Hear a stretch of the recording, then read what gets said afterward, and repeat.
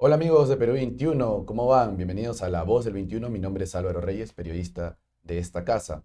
El día de hoy voy a entrevistar a la presidenta del Poder Judicial, Elvia Barrios, a quien ya tenemos enlazada en estos momentos. Doctora Elvia Barrios, ¿cómo está? ¿Cómo están? Muy buenos días. Bien, tenemos muchas Bien, cosas de qué gracias. hablar. Tenemos muchas cosas de qué hablar, ¿no? Sobre coyuntura, sobre todo, y también sobre su sector, obviamente, ¿no? Que es el sector justicia.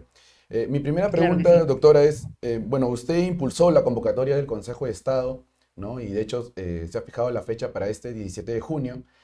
Pero ahora que al presidente de la República se le ha abierto una investigación, ¿no? La Fiscalía le ha abierto una investigación, quería consultarle si tiene sentido que él participe de esta sesión, ¿no? Porque entiendo que la finalidad de esta convocatoria, de esta sesión, era afrontar la crisis política que atraviesa el país.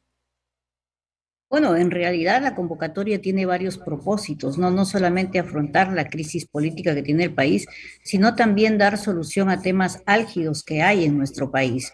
Y en consecuencia, el día 17 igual sigue para adelante el Consejo de Estado, pero también va a haber Consejo para la reforma del sistema de justicia, donde hay puntos que tenemos que decidir.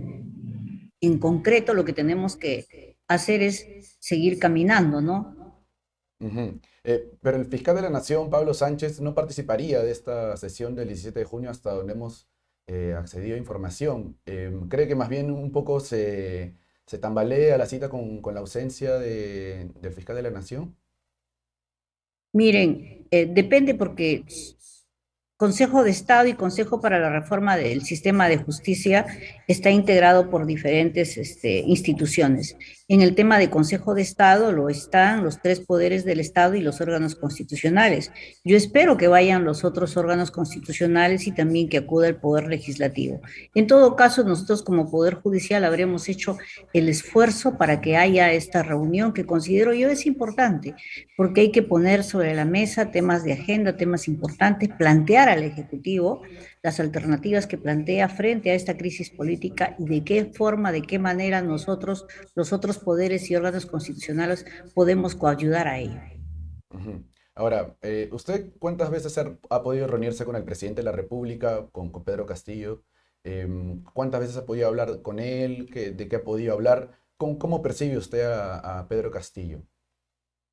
Bueno, recuérdese que en la primera oportunidad que hablamos con el presidente fue cuando el presidente nos visitó acá al Poder Judicial, donde le hicimos una presentación de todos los avances tecnológicos que habíamos tenido. Hablamos también en esa oportunidad de la necesidad que teníamos de la mejora remunerativa de nuestros trabajadores casi 728, porque hay compromisos que hemos tenido con los trabajadores anteriormente a raíz de procesos de huelga que ellos han llevado a cabo y que no se han cumplido y que no han sido atendidos por el Ministerio de Economía. Le planteamos ese problema y otros problemas relativos a la designación, por ejemplo, de jueces titulares y también en avanzar en el proceso de flagrancia. En la primera oportunidad vino con el Premier. En una segunda oportunidad fue precisamente cuando hubo una mesa en Palacio de Gobierno para hablar sobre el tema de la LIO, de la implementación de la Ley de Igualdad de Oportunidades. Una tercera oportunidad, la última vez que hemos estado ahí, cuando hubo sesión para el Consejo para la Reforma del Sistema de Justicia, en donde lamentablemente no acudieron las otras instituciones y tuvo que suspenderse la reunión, y en donde, en consonancia con la Contraloría, le solicitamos e insistimos en la reunión de Consejo de Estado y ahí se acordó para el día 17. Ujú. Ahora, ¿usted confía en que el presidente de la República la pueda Hola. escuchar, pueda atender, digamos, sus propuestas? Porque hay otras autoridades, congresistas, ¿no? Incluso también representantes de la iglesia, que en un momento comentaban, ¿no? El presidente me ha dicho esto, ¿no? Va a hacer esto, y luego vemos que no lo implementa, entonces, o no, por lo menos no acata, o no sigue, no sigue su palabra, ¿no? No hace respetar su palabra. ¿Cree que más bien en esta oportunidad el presidente pueda a los acuerdos que pueda llegar el Consejo de Estado, acatarlo, aplicarlo, continuarlo? Mire, a las personas se les conoce por los actos y por los compromisos que adquieren. En todo caso, en este Consejo de Estado veremos qué compromisos se adquieren y si estos son cumplidos y en todo caso, si no son cumplidos en su momento, haremos la protesta necesaria por el incumplimiento y la exigencia del mismo, ¿no? Ujú. Ahora, ¿usted está de acuerdo en que la Fiscalía investigue al presidente de la República? Mire, no se trata de que yo esté de acuerdo o no, yo creo que la Fiscalía, dentro del marco normativo que tiene, su ley orgánica del Ministerio Público, el decreto legislativo 52, tiene competencias definidas y en todo caso esta es una decisión del fiscal de la Nación que va a ser incluso materia de un pronunciamiento judicial que entiendo el presidente ha pedido una tutela de derechos y entonces mal haría yo en pronunciarme porque justo en esa línea Ujú, va la tutela de derechos que ha solicitado el presidente de la República. Y aquí quiero ujú. hacer la salvedad de algo Sí. porque a menudo siempre se confunde y se considera que es la presidenta del Poder Judicial la que decide o la que ordena a los jueces. Cada juez actúa dentro del ámbito de su competencia con absoluta independencia e imparcialidad. Y Ujú, cada juez responde por sus decisiones. ujú. Ahora, pero el presidente de la República también es un funcionario público, ¿no? ¿Qué- ¿Usted considera que todos los funcionarios públicos deben someterse a una investigación cuando lo dispone así el Ministerio Público, la Fiscalía? La ley ha establecido un procedimiento para los altos funcionarios. Y en este caso, como le digo, porque usted me está Ujú, haciendo una pregunta repetida, hay que decirlo.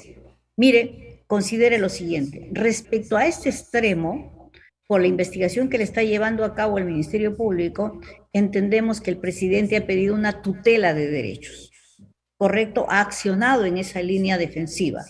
Y en este caso, quien se va a pronunciar es un juez supremo de investigación preparatoria, el doctor Sheffield. Si yo le digo lo que yo considero, podría interpretarse ello como una posición institucional o como una posición de la presidenta del Poder Judicial que podría indudablemente afectar la independencia judicial del juez que tiene que resolver este caso en concreto. ujú, ujú. Yo le consultaba eso también, doctora Barrios, porque bueno, en nuestra edición del viernes hemos salido justo en portada, es una encuesta de Datum, en el que bueno, se menciona que el 77% de peruanos sí respalda a la Fiscalía de la Nación, que la Fiscalía investiga al presidente de la República estando en funciones, ¿no?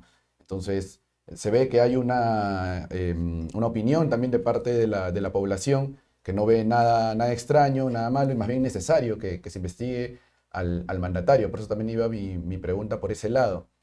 Bueno, ¿Cómo usted usted lo ha percibe en todo dicho, caso? es una Sí. encuesta y lo que usted me está transmitiendo es lo que refleja esa encuesta, ¿no? Que hay una opinión mayoritaria de la población en que se investigue. Ujú. Nada más. Pero, o sea, pero en todo caso, sobre esa postura que tiene la población, o sea, le insisto con eso porque, bueno, usted es una autoridad, es la presidenta del Poder Judicial, y bueno, también se debe a la reacción de la gente, ¿no? Lo que opina la gente sobre, bueno, este caso particular que es la investigación a Pedro Castillo. Por eso le insistía, más allá de que usted me diga que es una opinión, ¿no? Pero está bien en todo caso que la población avale la investigación de un funcionario público. Eso por lo menos me podría contestar. Los peruanos y peruanas siempre tienen derecho a opinar.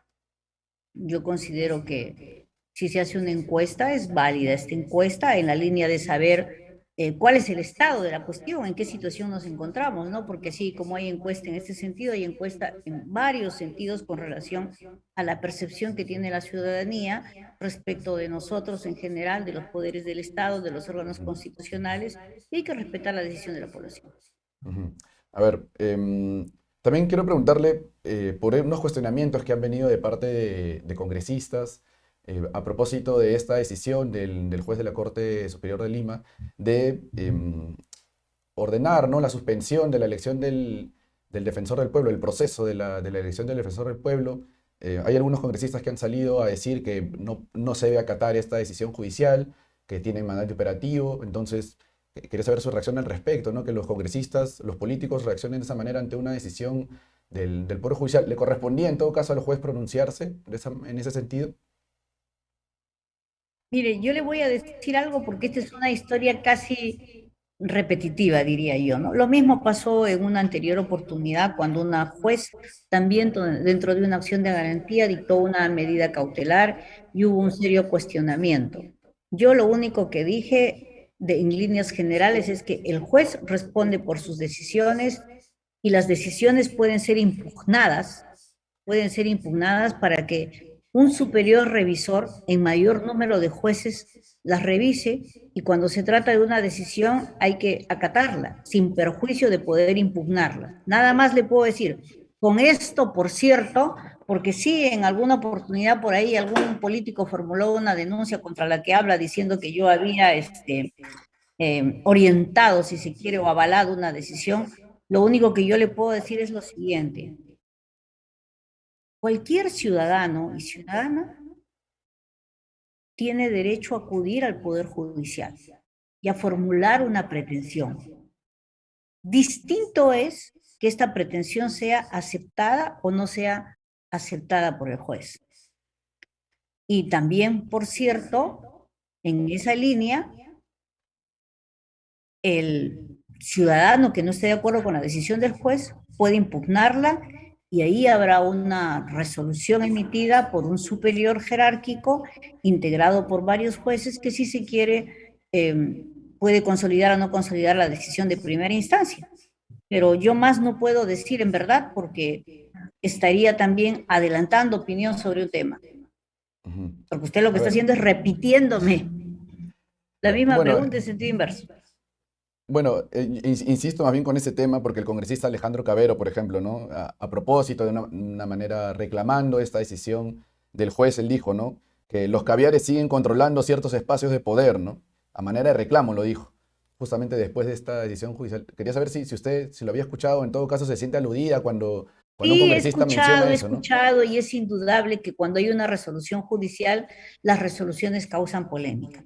Pero lo único que le puedo decir al congresista y a la ciudadanía en general es que en primer lugar yo soy juez. En segundo lugar, no estoy afiliada a ninguna organización de ninguna naturaleza y no soy caviar, Bueno, está porque yo bueno que la solo aclare en todo me caso. someto a la ley. Nada más. Por Dios, acá se acostumbra a todo el mundo a etiquetar. Y eso no está bien. Ujú. En todo caso, ¿cree que a nuestros políticos no les gusta cómo se imparte justicia en el país? Bueno, hay a mucha gente que no le gusta cómo se imparte justicia, creo yo, porque recuerde siempre que detrás de una resolución hay dos partes enfrentadas y una va a ser, lógicamente, o va a considerar que se le está perjudicando con relación a su pretensión y la otra va a considerarse que ha vencido en esa pretensión. Ujú, ujú. Ahora, quiero pasar a otro tema, doctora Barrios, y quería preguntarle cómo ve usted el sistema de justicia después del caso Cuellos Blancos, ¿no? Este caso que golpeó mucho tanto a jueces y fiscales después de conocerse Por estos audios supuesto. de la vergüenza. ¿Cómo se está recuperando, cree usted, el sistema de justicia? Mire, yo creo que hay un antes y un después de ese caso. Indudablemente, esto ha obligado a reforzar los mecanismos de control en el Poder Judicial y también ha obligado a mejorar la selección y nombramiento de jueces y fiscales en general. Creo que a partir de ello, diferentes instituciones han comenzado a marcar una ruta de actuación con una mayor transparencia. Y la pandemia nos ha dado la gran oportunidad de hacer un salto cualitativo. Aquello que nosotros considerábamos que podía demorar años de años porque no somos nativos digitales, ha obligado a que usemos la tecnología como instrumento de trabajo. Pero a la par que utilizamos la tecnología como instrumento de trabajo, fíjese, ha logrado que podamos transparentar, transparentar nuestro servicio. En el caso del Poder Judicial, yo le doy un ejemplo porque lo digo varias veces, pero en muchas oportunidades no se considera. Nosotros tenemos un casillero judicial único en América Latina, único.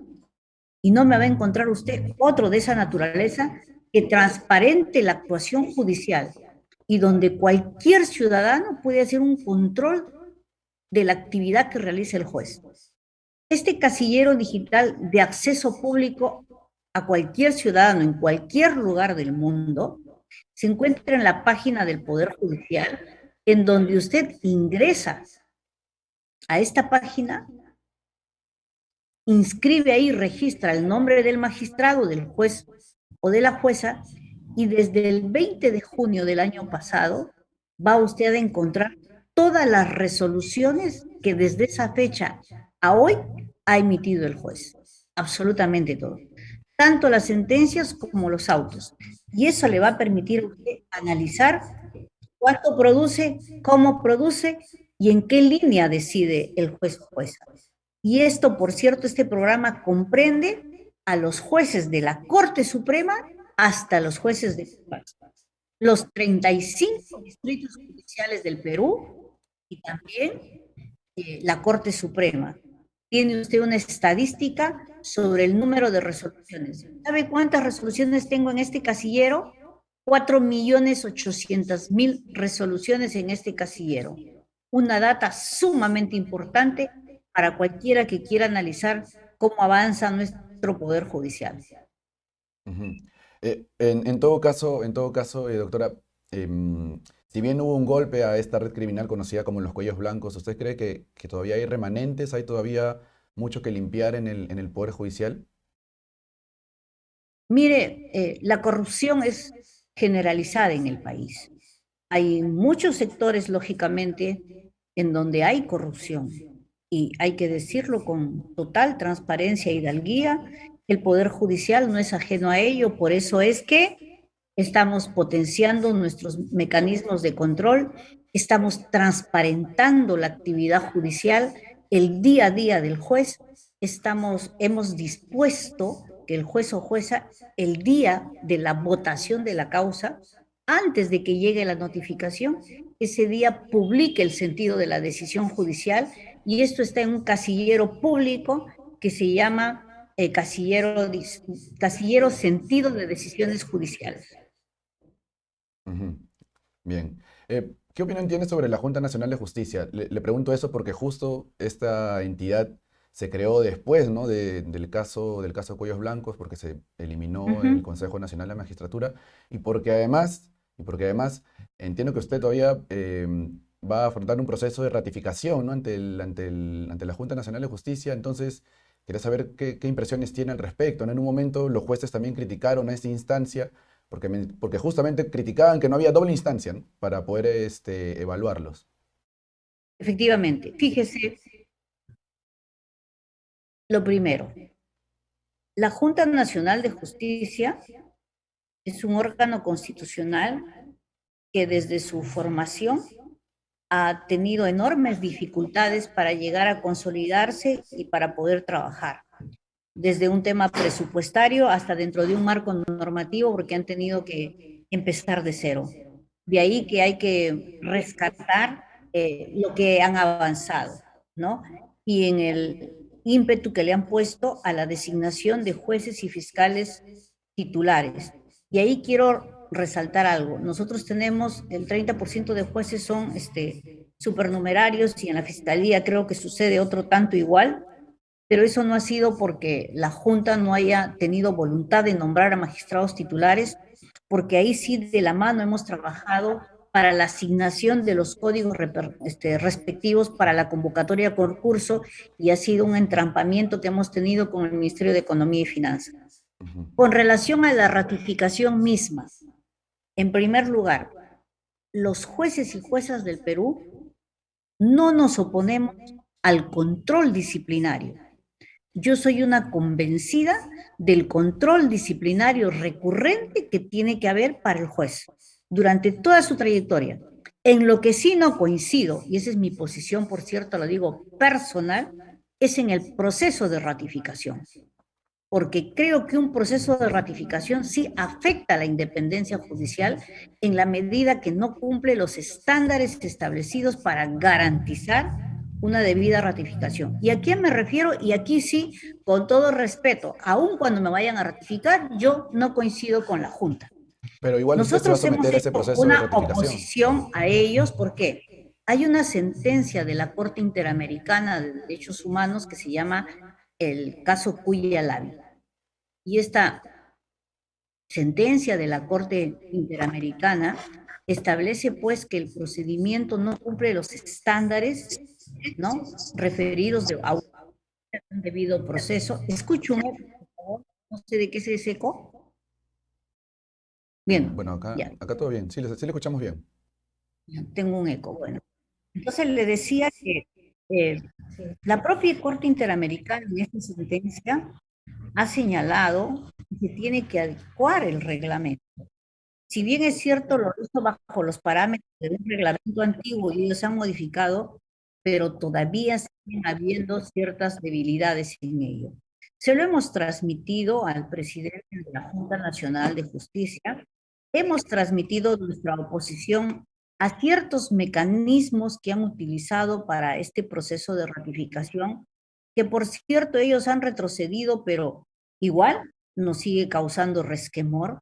Por ejemplo, el tema de que se nos solicite en los últimos 24 meses en qué hemos gastado nuestro dinero, cuánto he gastado en salud, cuánto he gastado en recreación, cuánto he gastado en alimentación, he hecho alguna transferencia dineraria, etc. Entonces, nosotros hicimos por ese hecho nuestra propuesta, la Junta admitió ello, la evidencia es que ya todo el mundo envió sus documentos dando cuenta de ello. Entonces, en el camino hay que ir mejorando. Hemos conversado con el presidente e indudablemente nos ha señalado su voluntad de ir mejorando este procedimiento, pero estamos en eso, estamos en eso. Y el hecho, por cierto, de que yo esté pasando ratificación no impide que yo, como presidenta del Poder Judicial, pueda hacer las observaciones y aunarme al pedido de todos los jueces y juezas del Perú. Ujú. Ahora, para ir terminando, doctora Barrios, em, también parte del avance o de la mejora que usted menciona es la elección de estas últimas dos elecciones de fiscales supremos, ¿no? Que van a ya por fin, ¿no? Después de muchos meses, poder integrar la Junta de Fiscales Supremos. Este fue un déficit bueno, que evidenció, que exhibió justamente el caso de los cuellos blancos, ¿no? Porque, bueno, tuvieron que ser destituidos hasta tres fiscales, cuatro fiscales supremos que dejaron a la Junta de Fiscales Supremos, a la instancia decisora de la Fiscalía, casi, bueno, solamente con dos miembros, ¿no? Para poder encaminar a la Fiscalía. Mi pregunta al respecto es, pero esto también depende mucho de los cambios que puede impulsarse el Ministerio de Justicia, ¿no? O sea, hay que prever en todo caso hacer una reforma por ese lado, porque la Fiscalía no puede volver a quedarse de esa forma, ¿no? Sin cuatro fiscales supremos, solamente conduciendo de esa forma. Le puede pasar al Poder Judicial eventualmente, ¿no? Quería preguntarle si el gobierno en ese aspecto, el Ejecutivo, ha presentado o ha conversado con ustedes sobre alguna propuesta seria para hacer una reforma en ese aspecto, ¿no? Para no dejar en Claro que indefensión sí. o huérfano, ¿no? al sistema de justicia. Fíjese, durante este tiempo hemos trabajado en el Consejo para la Reforma del Sistema de Justicia, donde se ha establecido de manera coordinada eh, cómo modificar y mejorar el sistema de justicia. Incluso durante la gestión del expresidente Sagasti, llegamos a monetizar cuánto podría significar modificar el sistema de justicia y establecimos ahí, por cierto, acciones para todos en este caso, para todos los actores del sistema de justicia y qué acciones tenían que llevarse a cabo para mejorar el servicio de justicia y también, lógicamente, la incorporación de jueces y juezas y fiscales en general, de qué forma tenía que llevarse a cabo. Esto es todo un plan estratégico muy importante, por cierto, y que hoy tiene que ser evaluado a través del Consejo para la Reforma del Sistema de Justicia, porque ya ingresamos a una etapa de su aplicabilidad. Fue publicado el año pasado, el 20 de junio, en el peruano, y una de las razones de la reunión, entre otros problemas que tiene el sistema de justicia, es precisamente este. Y aquí quiero señalar, en este Consejo para la Reforma del Sistema de Justicia, vamos a hablar sobre ello, vamos a hablar también sobre el problema de la titularidad de los jueces y fiscales a nivel nacional. También tendremos que tocar, porque yo lo voy a plantear, es el tema de la remuneración de los trabajadores judiciales. Precisamente acabo de tener una reunión con los representantes de las cuatro federaciones del Poder Judicial, porque ellos aspiran a que haya una mejora remunerativa de nuestros trabajadores CAS, que son en un número de 3.300 aproximadamente, que ganan 1.350 soles. Con los descuentos de ley, 1.100. Yo he hecho ya varias gestiones con el ministro de Economía y voy a referir lo que siempre he dicho. Yo no estoy acá al frente de mis trabajadores, yo estoy al lado de mis trabajadores, estoy con mis trabajadores, porque ellos son ese soporte necesario, fundamental, que nosotros tenemos para realizar nuestro trabajo. Y no es posible que dentro del sistema de justicia tengan esta bajísima remuneración un grupo significativo de ellos. Bien, bien, doctora. También le quería decir que en el Ujú. Consejo de Estado vamos a tocar el tema eh, de inseguridad ciudadana. Como usted sabe, el Poder Judicial está implementando una unidad de flagrancia en Trujillo, la primera en el Perú. Nosotros, como Poder Judicial, estamos haciendo enormes sacrificios presupuestales porque no hemos pedido un presupuesto adicional para este piloto.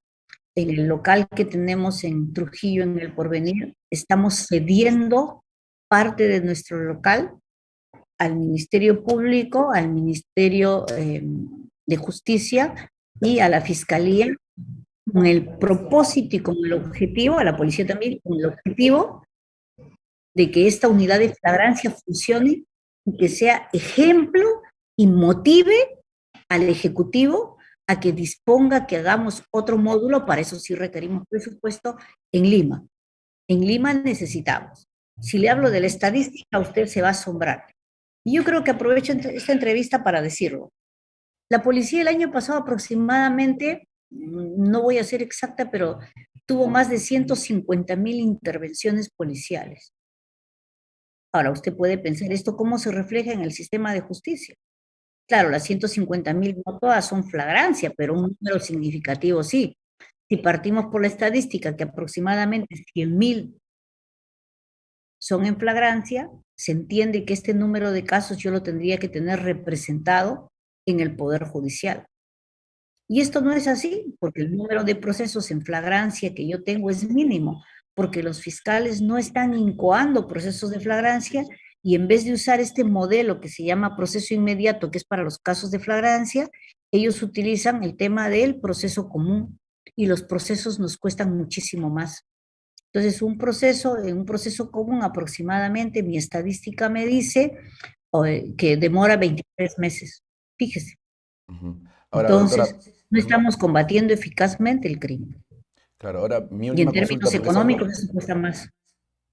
entiendo. Mi última pregunta es, porque se acaba de conocer que el presidente Pedro Castillo ha pedido una reprogramación de su declaración ante la Fiscalía de la Nación, ¿no? Porque, bueno, el abogado Benji Espinosa, su abogado, ha mencionado que quiere que primero se resuelva la tutela de derechos que ha interpuesto, que ha presentado. Y bueno, parece que es una manera recurrente de la defensa del presidente por evitar un poco al sistema de justicia.